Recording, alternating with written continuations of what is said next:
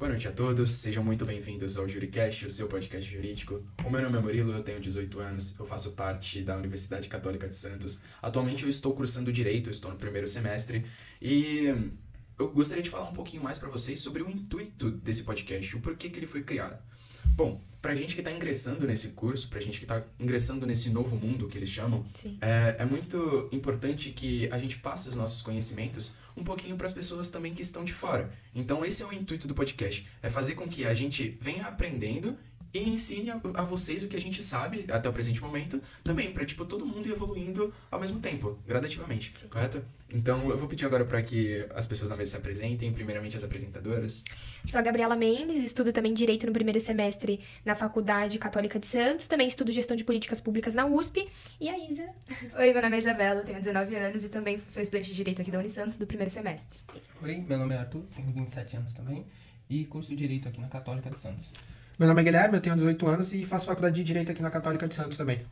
Bom, o intuito do vídeo de hoje é correlacionar uma tribulação da nossa sociedade atual com uma literatura clássica. A literatura que foi escolhida foi A República de Platão.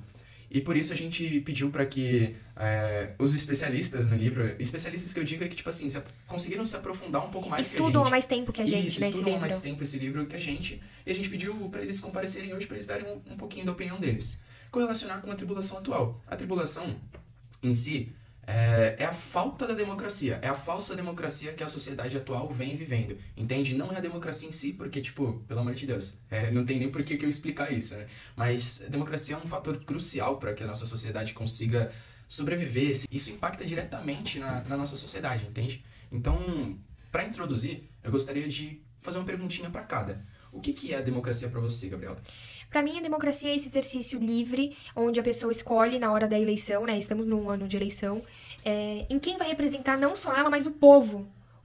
Na hora de votar, eu acho, e na hora de escolher o nosso representante, a gente não tem que pensar só nos nossos valores, só em si, e pensar também no coletivo, né? No país que é o Brasil. Qual seria o representante legal para isso? Qual seria o representante para sua cidade, né? Hoje, esse ano, é esse tipo de eleição. Qual seria o representante legal para sua cidade, por seu estado? Então é muito importante pensar nisso na hora de votar. E para mim, a democracia é tão importante por isso.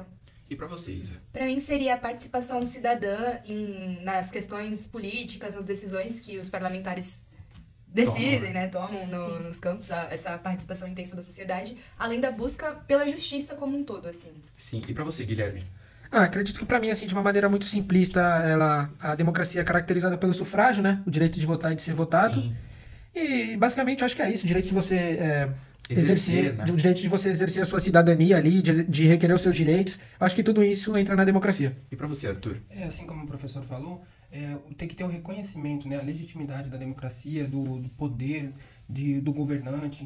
E se não existir essa legitimidade, acaba ficando um conflito muito, muito ruim disso, né? Sim. Acaba correndo impeachment, essas coisas. Sim, eu gostei de uma palavra, de uma frase que eu ouvi aqui na mesa, representa muito, que é a participação cidadã. Sim. É a participação do povo em tomadas de decisões. Então, é necessário que a gente consiga participar, mas participar seja de forma indireta ou de forma direta.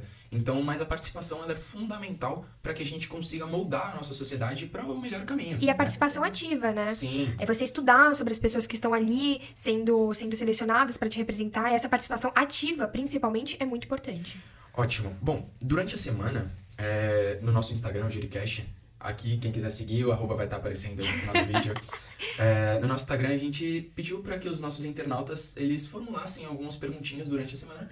E no dia da gravação, a gente fizesse essas perguntas para o pessoal correlacionar com o livro. Sim. Essas perguntas foram escolhidas, elas totalizam 3 questões. Sim. E eu vou começar aqui com a primeira. O que a falta de democracia causa na sociedade? O que ela pode causar, assim, sabe? Um estado onde a sociedade pode chegar devido à falta de democracia. Olha, eu acho que essa é a pergunta do século, assim, a pergunta que todo mundo se faz em toda eleição e todo mundo se faz quando vê a desigualdade do Brasil. O Brasil é um país muito desigual e, infelizmente, não é tão ativo politicamente. A gente tem pessoas muito engajadas, estudando sobre isso e pesquisando sobre isso. Eu, como estudante de políticas públicas e também de direito, como todos nós, né? A gente estuda a Constituição e, com isso, a gente tem que estar ativo, assim, politicamente, porque é quem nos representa, é quem pode mudar ou fazer algumas coisas com as leis ou adicionar alguma emenda, enfim. Então é muito importante a gente estar ativo sobre isso. Eu acho que a falta disso, a consequência é um país mais desigual, menos justo, consequentemente. Enfim, e as pessoas não reconhecerem quem está ali representando elas. E isso é muito, muito, Sim, muito sim. grave. E pra você, Isa? O que a falta da democracia causa na sociedade? Acredito que, assim, sinteticamente, um desequilíbrio. Nossa, sim. Desde as classes mais baixas, que são as que mais sofrem, até as mais superiores, que na maioria das vezes acabam se sobressaindo, mas também sofrem por questões políticas e econômicas de um geral. E pra tu, Guilherme? Acredito que um governo que não for eleito pelo povo é um governo ilegítimo, que não se mantém por muito tempo no poder. Acredito que o povo ele é mais forte do que um representante, apesar do representante ter as Forças Armadas à sua disposição. Eu acho Também que não dentro se da sustenta. democracia, né? O povo é mais importante. E que bom que a gente vive nessa democracia, né? Sim. E acredito que um governo que seja eleito não de forma democrata não seja nem um governo, seja um regime autoritário. Sim.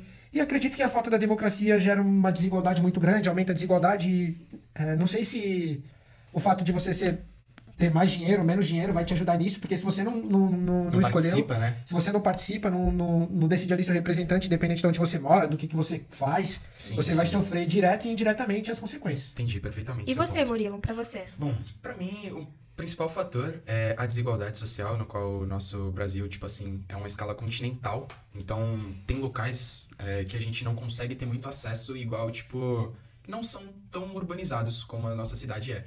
Entende? Então, tipo assim, meio que esse pessoal, ele fica excluído da A sociedade. língua, né? Sim, eles não participam tanto assim da sociedade, entende? Seja pra votar, seja pra escolher alguma coisa, entende? Então, a desigualdade... Eles não são nem colocados em pauta, né? Em alguns, Sim, em às vezes alguns descartam governos. eles, né? Sim. Tipo, da participação. Que bom que a gente tem a mesma opinião aqui, todo mundo da mesma.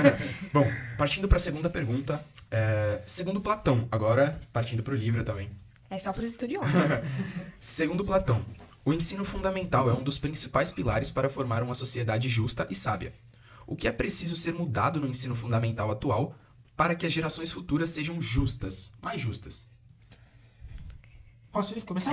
Vou fazer só uma breve introduzidinha. O livro ele é bem antigo, ele foi escrito lá na Grécia Antiga.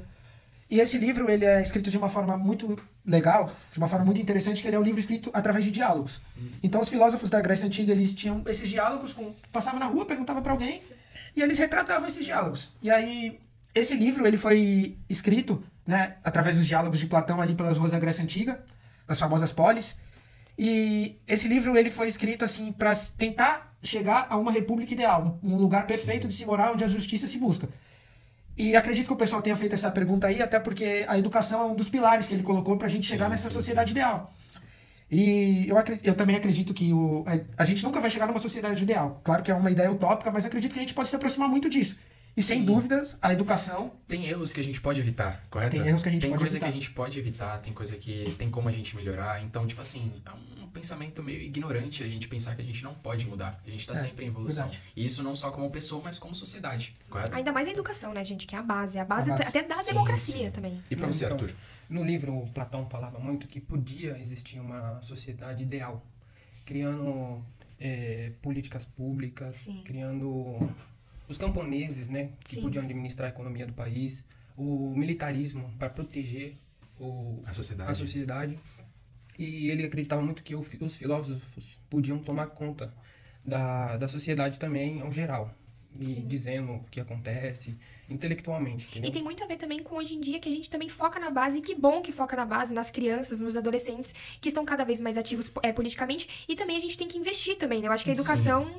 A educação é um investimento. Você pode falar E isso. quando se fala de sociedade ideal, também o livro traz bastante sobre justiça, né? Falando que é uma das prioridades, né? A base da sociedade ideal. Sim. Bom, pra mim, minha opinião é que a gente não deixe de investir no ensino superior, mas que a gente consiga também investir de forma equiparada no ensino fundamental, no qual, tipo, pra mim, na minha visão, é essencial, é de forma, tipo, crucial para o desenvolvimento de um cidadão, de um bom cidadão, entende? Então, eu não tô falando... Hoje a gente sabe que a gente tem uma discrepância enorme de investimento com o ensino superior e com o ensino fundamental. Então, na minha opinião, não precisa diminuir do ensino superior, mas a gente precisa aumentar o investimento no ensino fundamental para que surjam melhores cidadãos. Inclusive públicos, né? O ensino público. Sim. O ensino público, né, na parte fundamental, na parte média ali, é muito escasso. Tem vários problemas e as faculdades públicas, né, as universidades públicas são as melhores do Brasil e é nisso que você vê a diferença, assim, de investimento, eu acho. Eu acho também que nessa escola, no ensino fundamental, é onde a gente cria os nossos valores. Sim. Porque a gente começa a votar com 17, com 18 anos, enfim. Legalmente, né? Os 18, óbvio. Mas ali você já tá formado seus valores e às vezes você nem entrou na faculdade. Tem gente que entra na faculdade com 20 anos. Então, assim, é muito importante a gente focar nisso, entendeu?